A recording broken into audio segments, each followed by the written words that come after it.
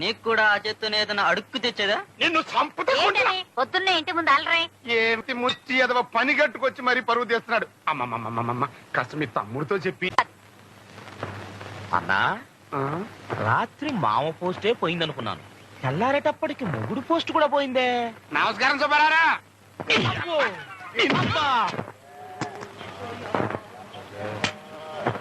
ఓ pant అయినా రా.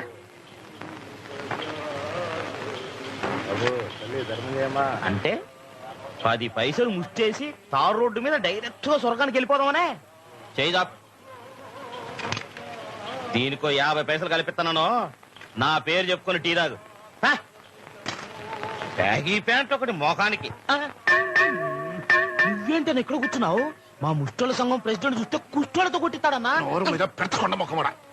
ఆ అమ్మాయి ఒంటరిగా గుళ్ళోకి వచ్చింది కదా, నా బాధ చెప్పుకుని ఎడుద్దాం నేను వస్తే నీకు ఎగతళిగా ఉందే. రేత్రిగా అరుగు మీదకి వస్తావు కదా, కుక్కలతో కనిపిస్తా నాకు.